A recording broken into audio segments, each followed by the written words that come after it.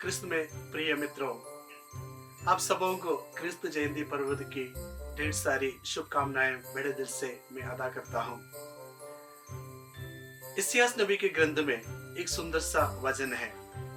आजकल हम महामारी और आतंक के बीच इस परेशानी से जूझते समय इस आशावादी वचन हमारे लिए उम्मीद और आशा की किरणें प्रदान करती है। इस्यास नबी ने लिखा है, भयभीत हृदय वालों, ढारस रखो, डरो मत, देख तेरा ईश्वर आ रहा है। प्यारे दोस्तों, इस क्रिसमस पर्व, इस क्रिस्त जयंती पर्व हमारे राजा का स्वागत का पर्व है। आइए हम इस पर्व के अहमियत के बारे में मनन चिंतन करें। क्रिस्त जयंती पर्व अर्थात ईश्वर का देहधारण पर्व हमारे लिए काफी मायने रखते हैं।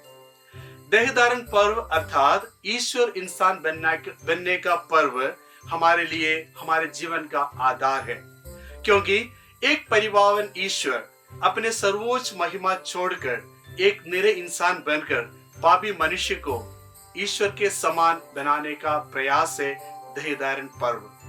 प्यारे दोस्तों, हम सब आजकल के परिवेश में बहुत सारी परेशानियों से जूझ रहा है। विशेष रूप से क्रिस्त के सुसमाचार के साक्ष्य में लगे हम सब विविध प्रकार की परेशानियों से जूझ रहा है।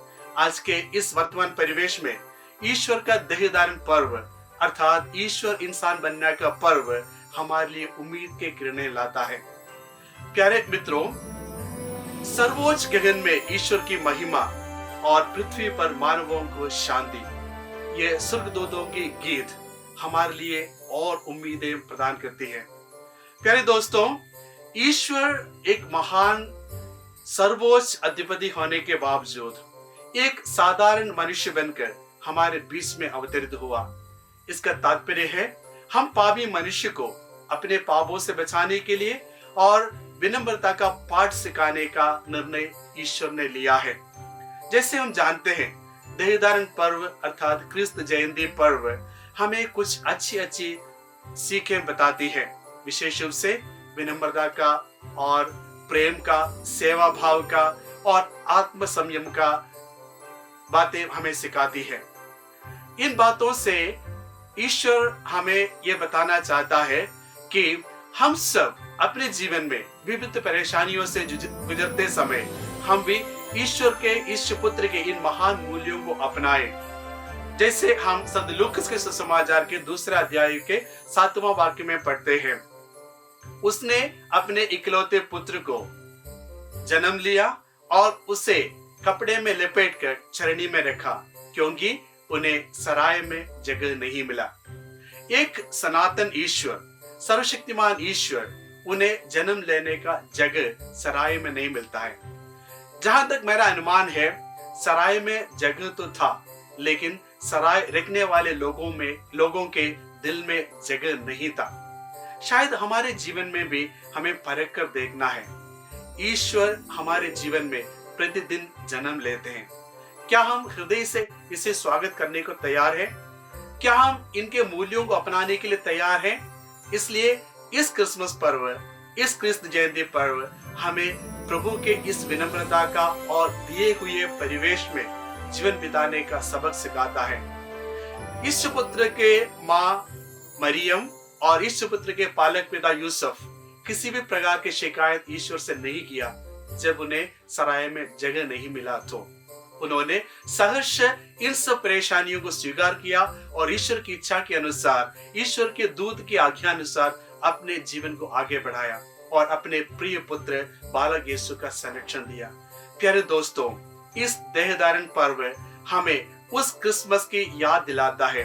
करीब 2000 वर्ष पूर्व ईसा जब बेथलेहम के चरनी में जन्म लेते समय और उन्होंने बिना किसी शिकायत से ईश्वर की इच्छा को सहर्ष स्वीकार करते हुए सबसे पहले निरे मनुष्य को समाज में तिरस्कृत लोगों के पास ईश्वर की महिमा का संदेश, ईश्वर पुत्र का जन्म का संदेश पहुंचाया।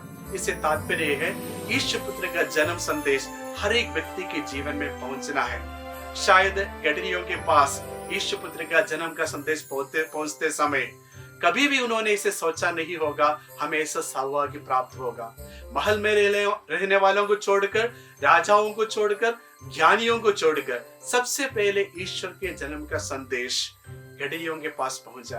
प्यारे दोस्तों, हम इस क्रिस्त पर्व में, क्रिस्त जयंती पर्व में यही निर्णय ले, जो संदेश प्रेम का, शांति और अमन का संदेश प्रभु यीशु मसीह अपने क्रिस्त जयंती पर्व के माध्यम से हमें प्रदान करते हैं, वो हम सारी दुनिया के सभी प्रकार के लोगों तक पहुंचाने के लिए प्रयास करें।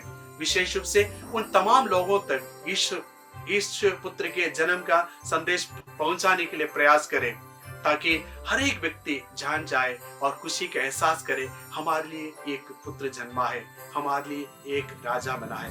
प्यारे दोस्तों, हम सब आज के इस परिवेश में बहुत सारी परेशानियों से जूझ रहा है। शायद हमारे कई जगहों पर सुसमाचारी जीवन जीने की वजह से परेशानियों का सामना करना पड़ता होगा, महामारियों से जूझना होगा और किसी न किसी प्रकार से बीमारियों से, तकलीफों से, गरीबियों से हमको जूझना पड़ेगा। लेकिन एक आशावादी वचन हमारे लिए प्रदान करता है इस क्रिसमस के समय। प्यारे दोस्तों, हम सब सहर्ष, सहृदय से, दिल से, प्यार से हमारे इस महान राजा को, इस शांति के दूत को, यमन के राजा को हृदय से स्वागत करें। एक बार फिर आप सबों को क्रिस्त जयंती पर्व की शुभकामनाएं अदा करता हूं और साथ ही साथ आने वाले वर्ष आपके लिए आशा और उम्मीद भरा वर्ष हो। प्रभु की कृपा हमारे साथ बने रहे। पिता और पुत्र और पवित्र आत्मा के नाम पर।